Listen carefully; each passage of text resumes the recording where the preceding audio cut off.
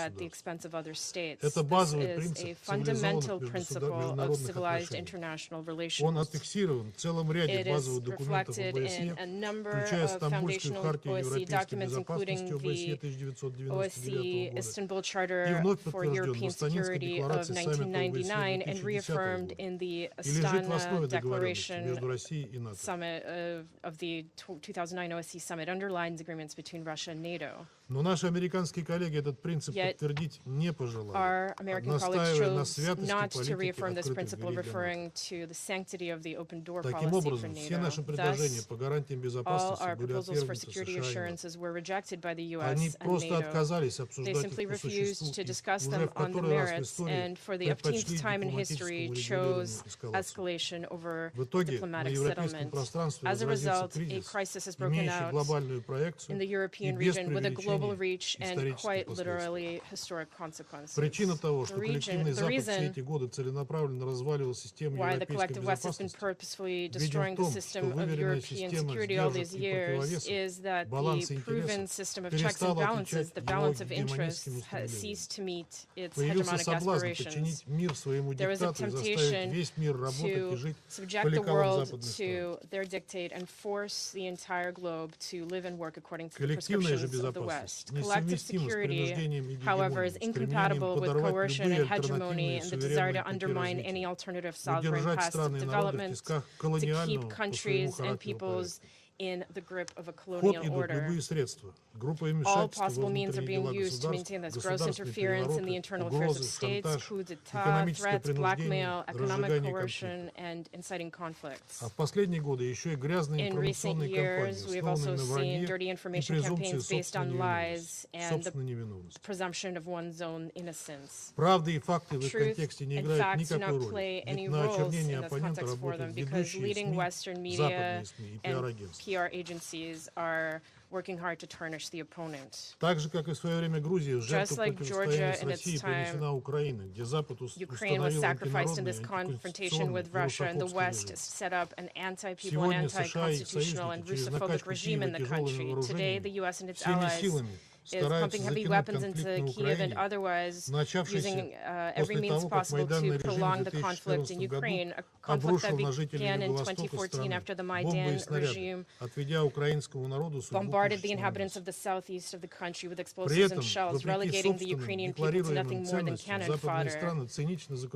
Contrary to their own declared values, Western countries cynically turn a blind eye to the spread of neo-Nazi ideologies, massacres of residents in the Donbass region, and violations of international humanitarian law by the armed forces of Ukraine and national battalions.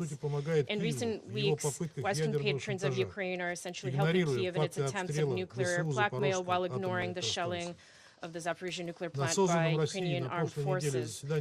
At the Security Council meeting convened by Russia last week on this topic, not a single Western delegation found the resolve to call a spade and to urge Kyiv to stop these dangerous actions that could lead to a nuclear catastrophe on the European continent. We requested another emergency meeting in connection with the ongoing provocations of the Ukrainian armed forces against the Zaporizhia nuclear power plant. The United States and its allies are acting in the same reckless and provocative manner in Asia and Africa. Their destructive policy in the Asia-Pacific region has recently noticeably intensified. They are trying to impose bloc thinking on the states located there, to form aggressive military political alliances such as AUKUS, to drive a wedge between countries that have effective mechanisms for resolving contentious issues, and force them to abandon the concept of Asian neutrality, which helped them to protect their own interests during the Cold War. The reckless American scheme involving Taiwan is proceeding in the same vein. We see this carefully planned provocation as a brazen demonstration of disrespect for the sovereignty of other countries and for the United States' own international obligations. We have to recognize that the Asia-Pacific region has generally become part of a purposeful, intentional strategy by the U.S. to destabilize the situation in those regions of the world where there are states pursuing their own independent policies. Mr. President, the 10th Review Conference of the Treaty on the Non-Proliferation of Nuclear Weapons is currently being held in New York. It is meant to bring the international community together in implementing its provisions. And even here, Western countries are politicizing work on the final document, putting their geopolitical interests in punishing Russia above the collective need to strengthen global security. In the context of what amounts to sabotage of the global security architecture by the collective West, Russia continues to do everything possible to keep at least its key, vitally important elements afloat. On our initiative, in February 2021, the Russian-American Strategic Offensive Arms Treaty was extended by a further 5 years. We took the initiative to reaffirm the principle that a nuclear war cannot be won and must never be fought in the joint statements of the leaders of the 5 nuclear weapons states, which was adopted on January 3rd of this year. That statement also emphasizes the need to prevent not only a nuclear confrontation, but any military clash between nuclear powers. It is imperative for all signatories to the statement to demonstrate their commitment to those provisions in action. In principle, we remain open to cooperation to reduce tensions, stop the arms race, and minimize strategic risks. However, this requires our Western colleagues to be interested in this as well, and so far we're not seeing such interest on their part. Reducing global tensions, overcoming threats and risks in the political and military sphere is possible only by strengthening the multipolar system built on international law, the principles of the UN Charter, and the sovereign equality of states. This is the only true and effective alternative to hegemony and the right of might. We are ready to actively participate in joint efforts with like-minded partners to build a truly democratic world in which the rights of all nations would be upheld, their security interests would be ensured, and cultural and civilizational diversity would be guaranteed.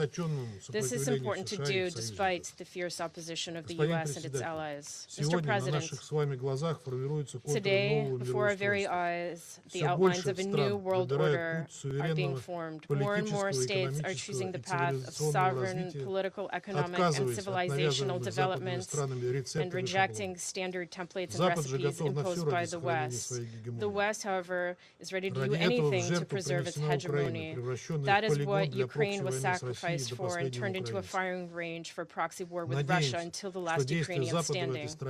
We hope that the actions of the West in this country have opened the eyes of many in the world to the true underpinnings of the crises that grip our planet. What is happening with Ukraine now and the behavior of NATO on the European continent over the last 30 years in general is a lesson for the whole world. Do you think that the U.S. and its allies will behave differently in other parts of the world? History has shown that this is not so. Therefore, do not ask for whom the bell tolls today. It tolls for you. Thank you. I thank you for your statement. I now give the floor to the representative of Ireland. Thank you, President, and thank you to the Chinese presidency for organizing this very timely debate. I'd also like to thank the Secretary General and Ambassador Slovinen for their very thought-provoking statements. The UN was born from the trauma of the Second World War and a desire to ensure that we would never again go down the path of isolation, nationalism, global division and conflict. Multilateralism has been long central to Ireland's foreign policy. We believe that rules-based international order with the United Nations at its core remains essential if we are to achieve the promise of the UN Charter, to maintain international peace and security, and to respect the sovereignty of states. Unfortunately, we are seeing an increase in global and regional instability, exacerbated this year by Russia's unjustified and illegal military aggression against Ukraine. Mr. President, no country can tackle the roots causes of conflict and the complex global challenges alone. Addressing climate change, inequality, poverty, cybercrime or terrorism require effective collective effort if we are ever to achieve sustainable peace. But the basic global consensus embodied in key regional and international institutions is being eroded. We must push back on such attempts while undertaking the institutional reforms that are necessary to maximise the continued legitimacy, relevance and effectiveness of multilateral bodies. President, to collectively address these complex and interconnected challenges, we must have a holistic and inclusive response, coordinated across all 3 pillars of the UN's work: peace and security, human rights and development. I would like to highlight 3 areas where we see an opportunity for cooperation in order to support peace. Firstly, we must move away from a default position of responding after a crisis has happened and be more proactive on prevention. Ireland joins the call outlined in our common agenda and spoken to by the Secretary General this morning to enhance our support for the Peacebuilding Commission and ensure that peacebuilding is adequately and sustainably financed.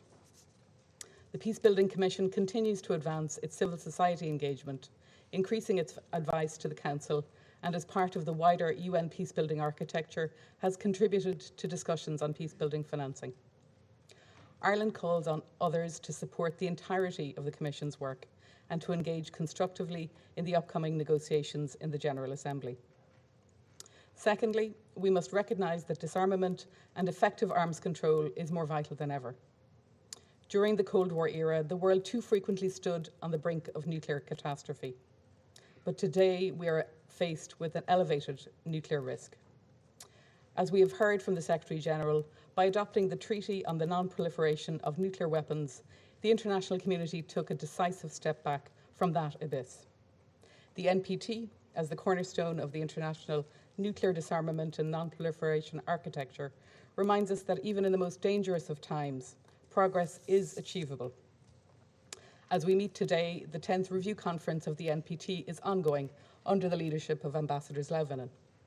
It is our collective responsibility to bring urgency and action to nuclear disarmament, to address proliferation challenges, and agree how we can move forward together to honour and implement our existing commitments. Our shared objective of a world without nuclear weapons demands that we act with courage and vision. Finally, and thirdly, we must ensure that our approach to peace and security takes a human rights-based approach that is inclusive, particularly of the most vulnerable. It is vital that we pay heed to women, youth, human rights defenders, and civil society in this chamber. It is essential that they can speak freely about the stark realities of conflict without any fear of reprisal or intimidation. Support to local peace builders, particularly women and youth, is key in finding local, sustainable solutions to conflict. By implementing the international frameworks we have collectively agreed to, be it the Convention on the Elimination of Discrimination Against Women, the NPT, Peace and Security Agenda, the Paris Agreement, and the Sustainable Development Goals, we can shape and build the world that was imagined when the United Nations was born. Thank you. I thank the representative of Ireland for her statement. Now I give the floor to the representative of India. President. I thank the Secretary-General for his briefing and for his valuable remarks. I would also like to thank Ambassador Gustavo Slovinen for his intervention. The United Nations was established in 1945 with the noble objective of saving succeeding generations from the scourge of war. As the most universal and representative international organization, the UN has been credited with keeping the peace over the last 77 years. At the same time, going into the third decade of this millennium, we need to ask ourselves, has the United Nations lived up to its expectations? The requirements and challenges of our present and future are vastly different from those of the past. The world today is very different from the world of 1945. Is the UN, particularly the Security Council, which is the foremost organ tasked with the responsibility of maintaining international peace and security, able to remain relevant? Mr. President, we've all agreed that the world today is beset with multiple challenges. Terrorism, radicalism, threats and challenges from new and emerging technologies, climate change, pandemics, the intensifying geopolitical competition, and much more. Each of these directly affect the lives of one and all. An armed conflict in one part of the world has cascading effects on the people of another. We've seen the effect of the Ukraine conflict on other developing countries, particularly on the supply of food grains, fertilizer, and fuel. Meantime, the impact of the crisis in Afghanistan is being felt throughout the region. It is indeed appreciable that the UN has been at the forefront of dealing with these and many such challenges. Such efforts, however, have been partial or intermittent at best, as we have invariably stopped short of providing effective and durable solutions. It is clear today that the challenges the world is confronted with cannot be dealt with through outdated systems and governing structures. Mr. President, one of the guiding questions posed by the Presidency for today's meeting is, what constitutes common security? We are firm in our commitment to uphold the purposes and principles of the UN Charter. The underlying principles behind common security lie in upholding the rules-based international order, underpinned by international law, premised upon respect for the sovereignty and territorial integrity of all member states, resolution of international disputes through peaceful negotiations, and free and open access for all to the global commons. Any coercive or unilateral action that seeks to change the status quo by force is an affront to common security. Further, common security is only possible when countries respect each other's sovereignty and territorial integrity, as they would expect their own sovereignty to be respected. Common security is also only feasible when all countries stand together against common threats such as terrorism and do not engage in double standards while preaching otherwise. And again, common security is also possible only if countries respect agreements signed with others, bilateral or multilateral, and do not take unilateral measures to nullify those very arrangements to which they were party to. Today's meeting is therefore an opportune moment to engage in a serious discussion about India's call for reformed multilateralism, at the core of which lies the reform of the UN Security Council.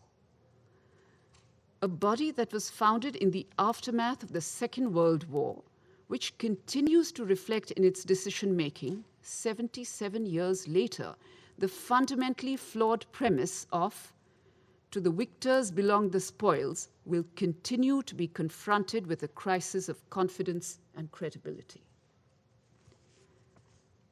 As my Prime Minister had said at the UN General Assembly in 2020, reform in the responses, in the processes, in the character of the United Nations is the need of the hour. How can we aspire for common security when the common good of the global South is continued to be denied representation in its decision-making? The most urgent thing, therefore, for us to do is to make the Security Council more representative of developing countries so as to reflect current geopolitical realities. How do we explain away the fact that the African continent does not have a permanent representation in the Security Council, despite a majority of issues being dealt with by the Council belonging to that region? How can we aspire for common security in Africa when the body denies them representation on a permanent basis? Mr. President, a truly representative Security Council is the most pressing need of the hour.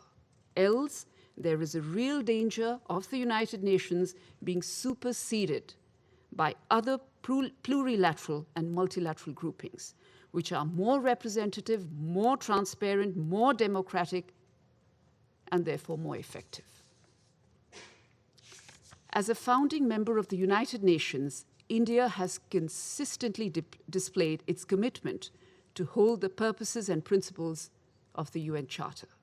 We've been the leading advocate of the concerns and aspirations of developing countries and the creation of a more equitable international economic and political order.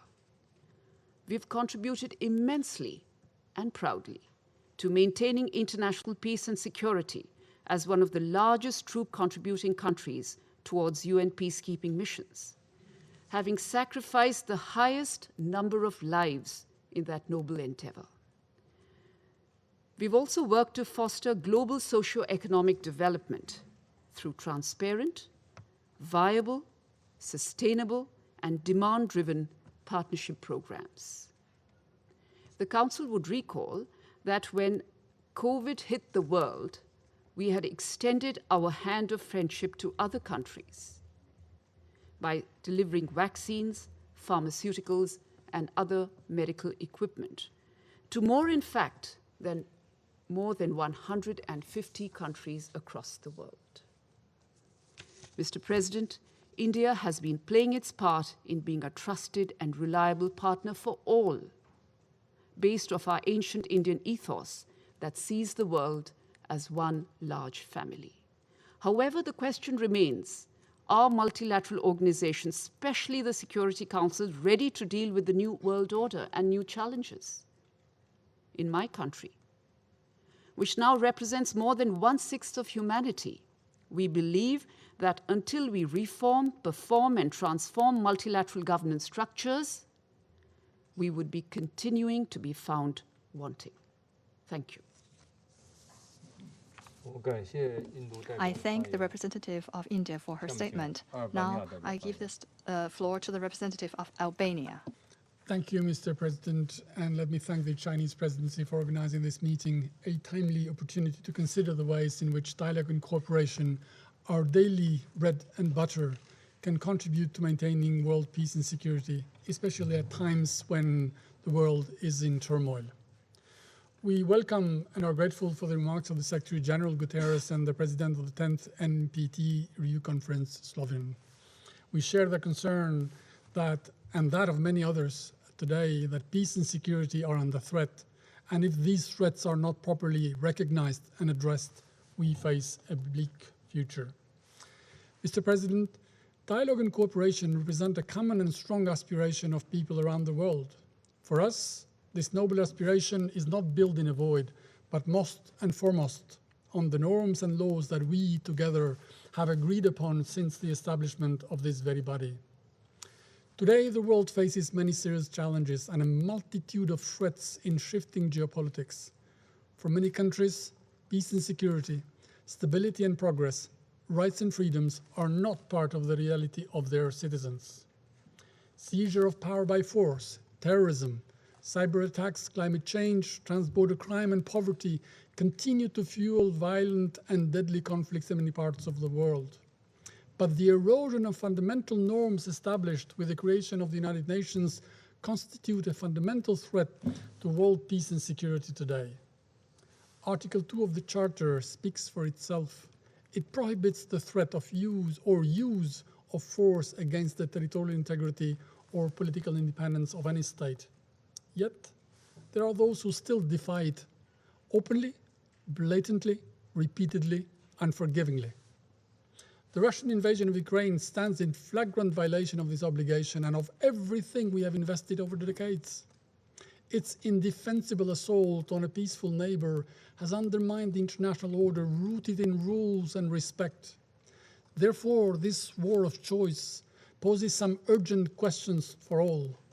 Do rules matter? Does sovereignty have any meaning? Do we want a rules-based international order, or we want chaos and turmoil?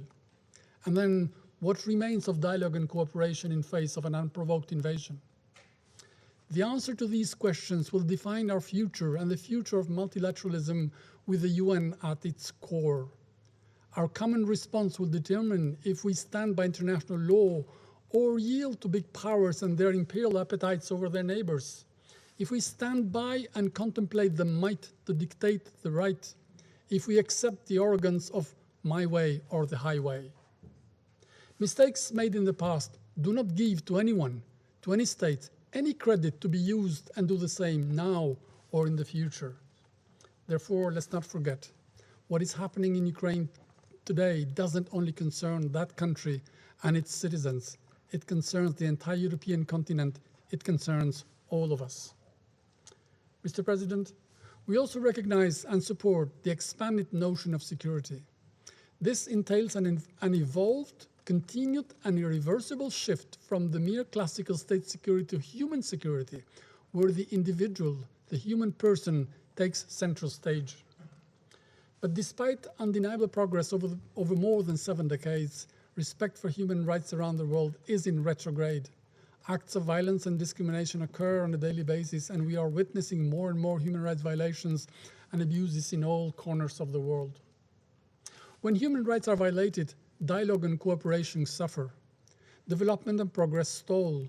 Peace and security come under threat.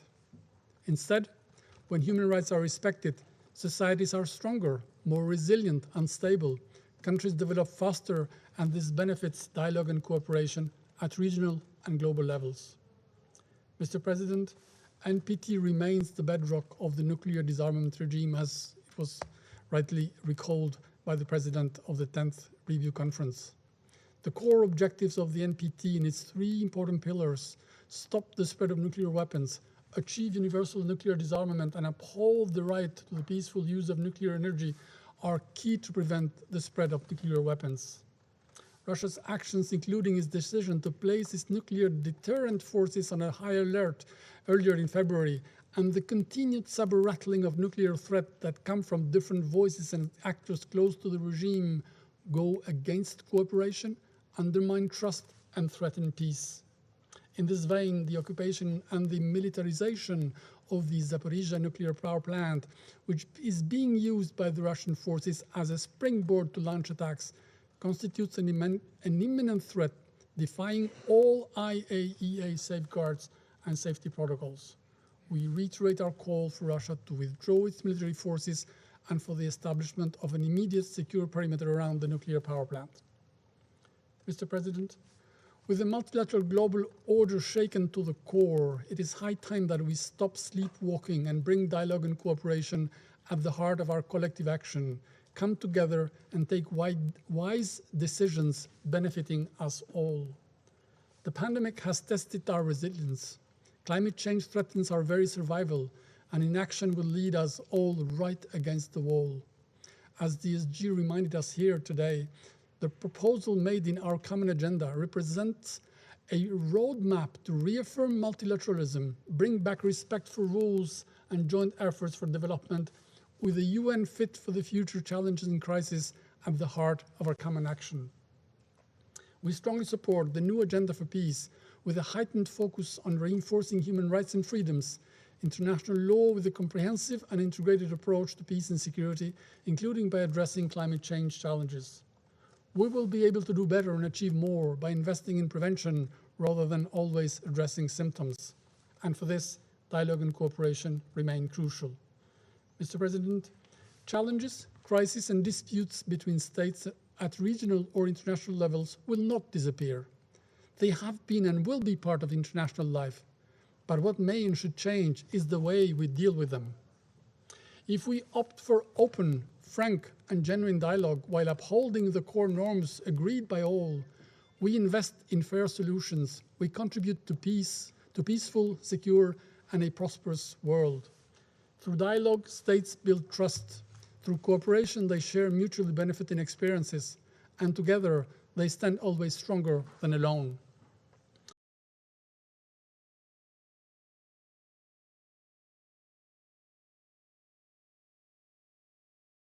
Let me conclude, Mr. President, by stating what we have learned from our very own past.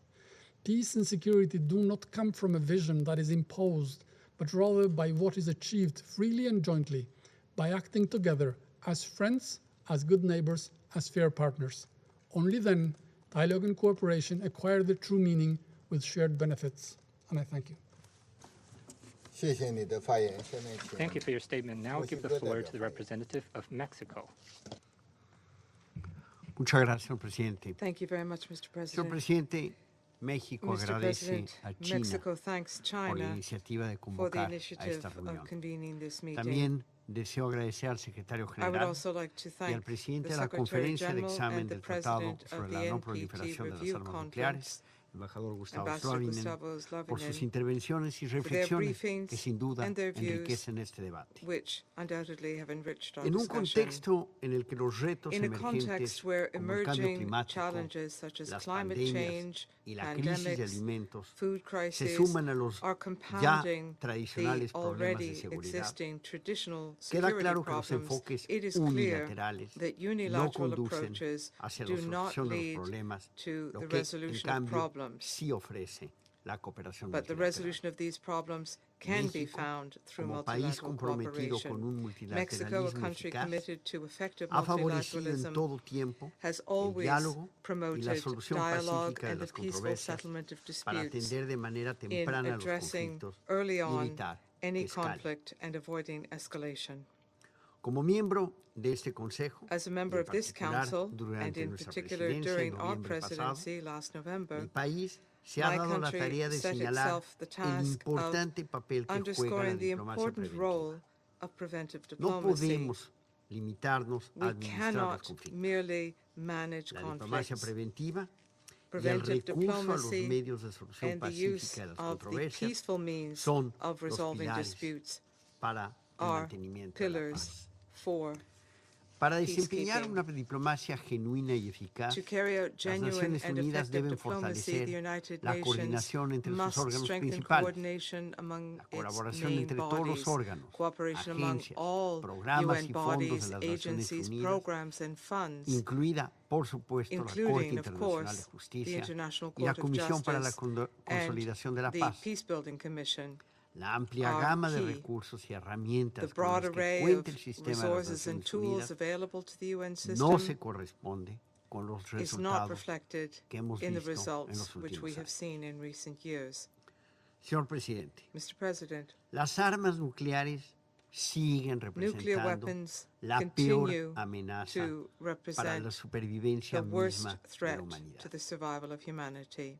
La llamada doctrina de la The disuasión so-called doctrine of es en sí deterrence misma is una in and of amenaza itself de empleo a de threat las armas to nucleares. the use of to Y la use nuclear amenaza weapons. del uso de la fuerza And the threat está to prohibida use por la force Carta de las is Naciones banned Unidas. by the UN Charter. Por lo que no podemos And normalizar therefore, we la cannot amenaza expresa o velada normalize del an empleo de las express armas or nucleares veiled que threat esconden las to doctrinas use de la disuasión. nuclear weapons, which hides behind the doctrine of La deterrence. 10ª conferencia de examen The del 10th Tratado de No Proliferación, NPT que se Review celebra Conference, actualmente, which is currently podría meeting, constituir una could oportunidad be para an avanzar hacia opportunity el objetivo for de making lograr un mundo progress libre towards de armas achieving a nucleares. world free from nuclear weapons.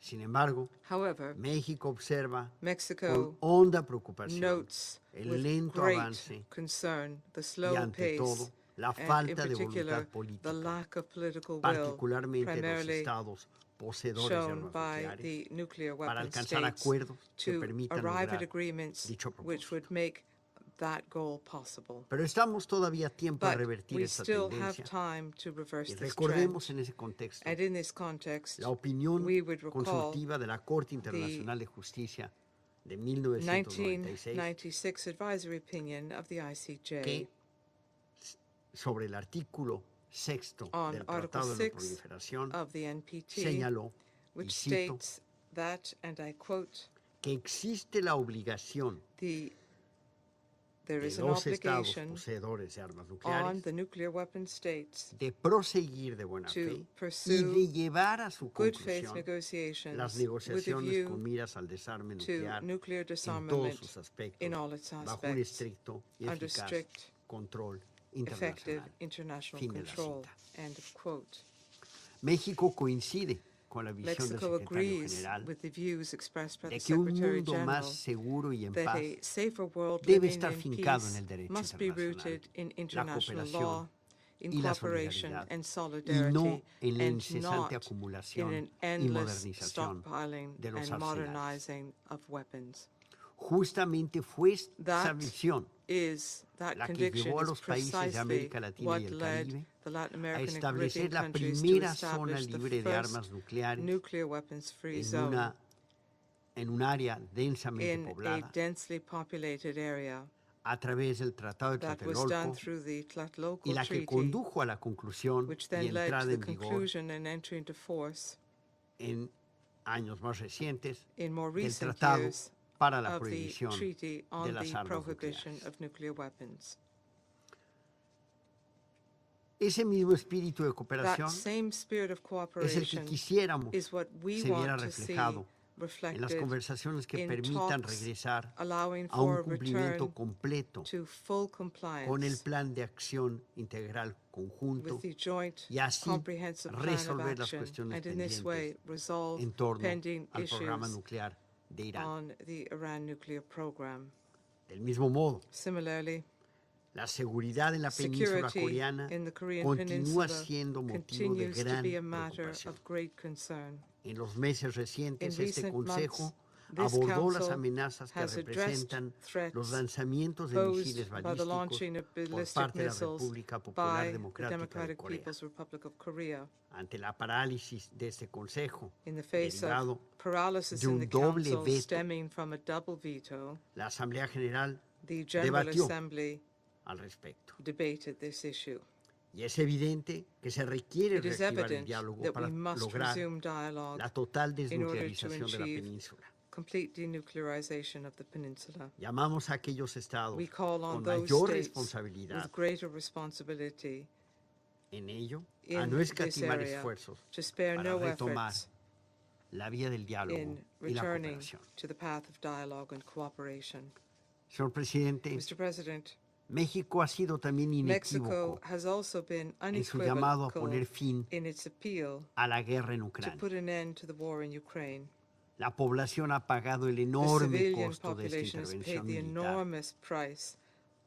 Llamamos nuevamente a un cese de las hostilidades y nos hacemos eco del llamado del secretario general a poner fin de inmediato a las actividades militares alrededor de la planta nuclear de Zaporilla y a no dirigir ataques en contra de la planta o a su alrededor en violación del derecho internacional humanitario. Urge llegar a un acuerdo que permita la desmilitarización de la zona a fin de que los inspectores del Organismo Internacional de Energía Atómica puedan llevar a cabo las inspecciones técnicas que se requieran y eviten un accidente de consecuencias incalculables. La parálisis en la que nos encontramos en ciertos temas mina la legitimidad de los mecanismos de seguridad colectiva que hemos construido. Igualmente aumenta el déficit de confianza que ya existe por parte de la opinión pública en cuanto a la vigencia y efectividad del multilateralismo. Esta percepción no cambiará si no demostramos con hechos que la comunidad internacional, y en especial este Consejo, somos capaces de encontrar soluciones a los problemas comunes. Es claro que este Consejo no ha estado a la altura de su mandato en muchas ocasiones y se ha visto frenado por la voluntad de algunos de sus miembros permanentes. Por ello, México, junto con Francia, ha promovido una iniciativa para no recurrir al veto ante situaciones de atrocidades en masa. Suscribir esta iniciativa es una acción concreta en favor de la seguridad común. Invitamos a los estados que aún no lo han hecho, en particular a los miembros permanentes de este Consejo, a sumarse a esta iniciativa que cuenta ya con el respaldo de 106 estados. Muchas gracias.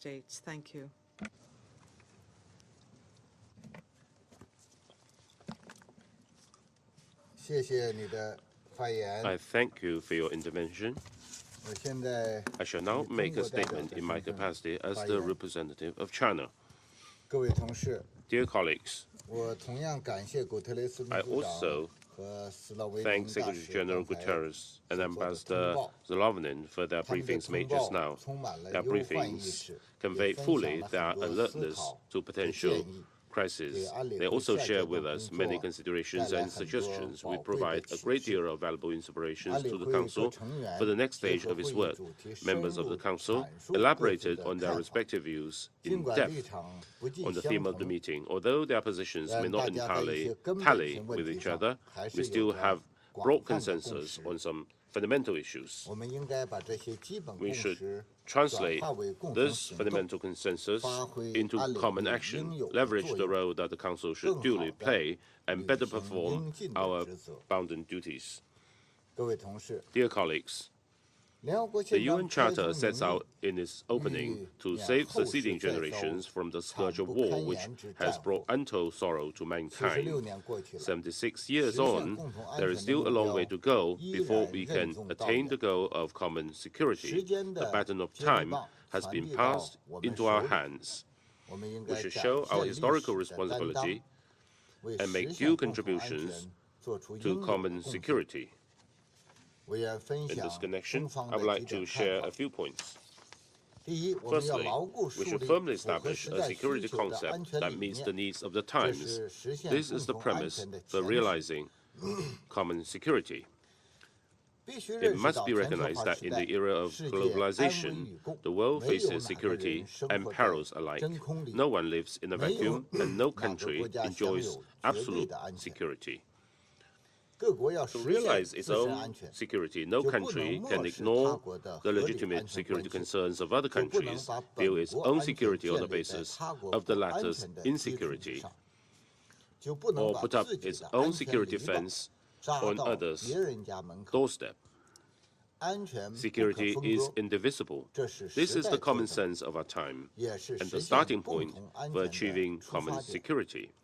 If one runs counter to this, all security efforts, however mighty they may be, will go in the opposite direction and fall into the trap of a vicious circle. Admittedly, due to different historical and cultural backgrounds and stages of development, countries are always bound to have different views on security issues and have conflict of interests. In the face of differences and conflicting interests, what we should do is to find the greatest common denominator through dialogue and cooperation, and settle disputes by peaceful means. This is the only way to common security. Although this path may lower the speed somewhat, sometimes it represents the right direction. Engaging in such practices as clinging to the Cold War mentality, engaging in practicing unilateralism, zero-sum game, bloc confrontation, and power politics will not only make it difficult to guarantee one's own long-term security, but will also lead to an escalation of crisis to the opposite of common security. In this regard, the problems triggered by several rounds of NATO's eastward expansion and the resultant lessons are profound indeed. China has consistently adhered to the concept of common, comprehensive, cooperative and sustainable security. President Xi Jinping put forward the Global Security Initiative, which is precisely the direction pointed out, and the China Plan provided to promote common security in view of the current predicaments in international security. This initiative is open to all. We are willing to work with the international community and, through sincere and pragmatic dialogue and cooperation, implement the initiative with practical actions to build together a balanced, effective, and sustainable international security architecture, so as to make our due contributions to save succeeding generations from the untold scourge of war. Secondly, we should earnestly respect the sovereignty and territorial integrity of all countries. This is the foundation of common security. The important principle of respect for national sovereignty and territorial integrity, as set out in the UN Charter, is the bedrock of contemporary international law and international relations. If this principle is ignored and abandoned, the whole system of international law will be shaken to its roots. The world will return to the law of the jungle, and common security will be totally out of the question. For this reason, we must take a clear-cut stand, always respect the sovereignty and territorial integrity of all countries, respect the development path and social system independently chosen by the people of each and every country, and respect every country's effort to safeguard its state unity and national solidarity. This is the golden rule of state-to-state interactions. It is also the foundation and boundary for achieving common security. Since it is the golden rule, it should be universally applied, and double standards should not be adopted, let alone saying one thing while doing something else or reneging on one's promises out of self-interest. In this regard, we already have many lessons. The experiences in Afghanistan, Syria, and Iraq, among others, serve as a warning to us all the time that interfering in other countries' internal affairs under the signboard of counterterrorism, democracy, and human rights not only brings huge losses, harm, and sufferings to the countries concerned, but also desecrates the common values of mankind, such as democracy and freedom, and it undermines efforts for common security rather than helping them. China always respects the sovereignty and territorial integrity of other countries, upholds international fairness and justice, and supports the efforts of the international community to achieve common security. At the same time, we will take all measures to firmly safeguard our own sovereignty and territorial integrity. Thirdly, we should strive to create a stable strategic security environment. This is the bottom line for maintaining common security. Driven by the thinking of the so-called strategic competition among great powers, the global strategic security environment has continued to deteriorate. The international non-proliferation regime represented by the NPT is facing the most severe challenge since the end of the Cold War. We concur with Secretary General's repeated calls that the only way to deal with the nuclear threat is to have no nuclear weapons. Countries with the largest nuclear arsenals should fulfill their special and priority responsibilities by further reducing their nuclear arsenals substantively and substantially in a verifiable, irreversible, and legally binding manner. This will create conditions for other nuclear weapon states to join the nuclear disarmament process. Last January, leaders of the 5 nuclear weapon states issued a joint statement which stresses that a nuclear war cannot be won and should not be fought, and reiterates that nuclear weapons will not be aimed at each other or any other country. This solemn commitment is of profound importance in the current situation. It will help enhance mutual trust among major powers, prevent a nuclear war, avoid an arms race which would plunge the world into greater calamities.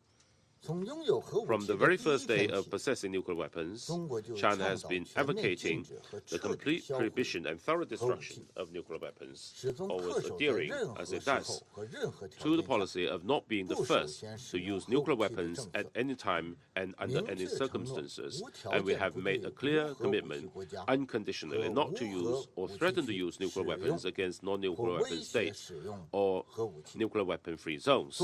China is the only country among the 5 nuclear weapon states that has made the above commitment.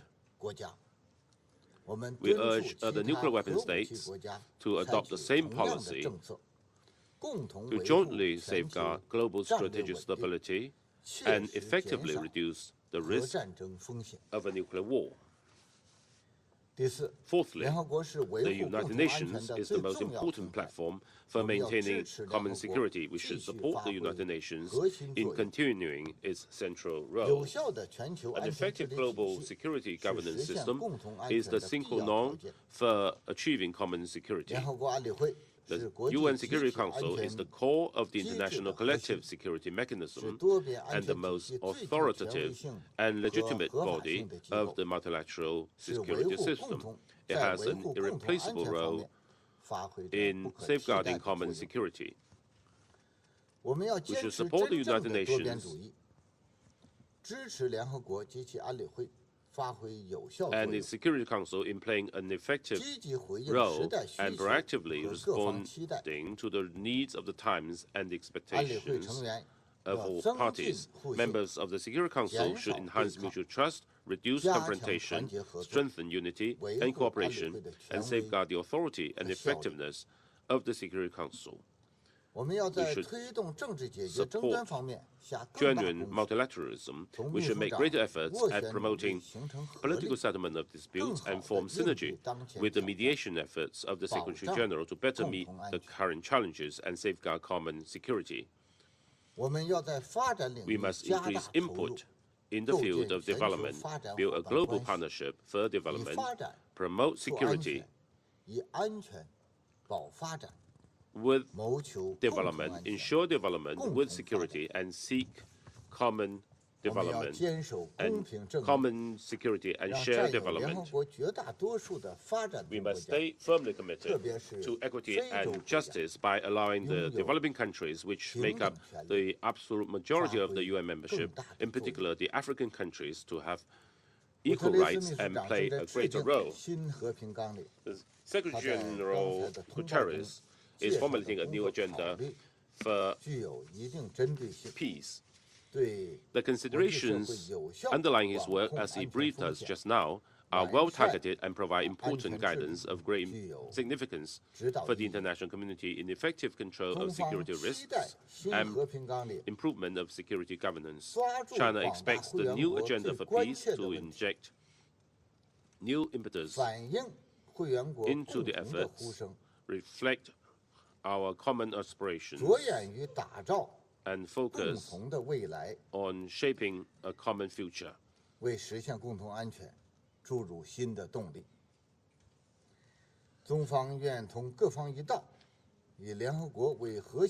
China is ready to stand together with all other countries, using the United Nations as the core platform to coordinate security in traditional and non-traditional areas, jointly respond to regional disputes and global issues such as terrorism, climate change, cybersecurity, and biosecurity, and by joining hands in cooperation, build our planet into a world that is safer, better, and more peaceful. I thank you. I resume my function as President of the Council.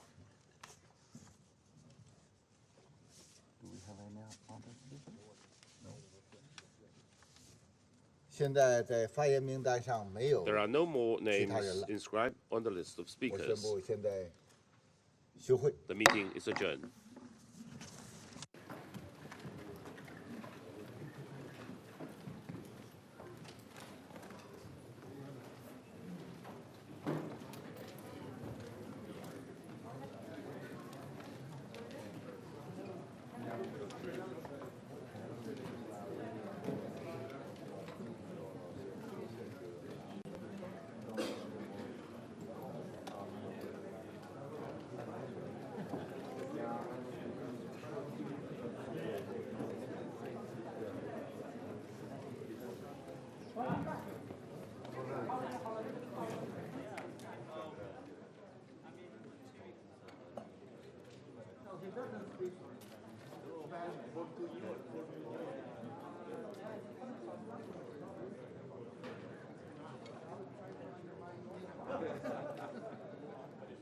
Thank you.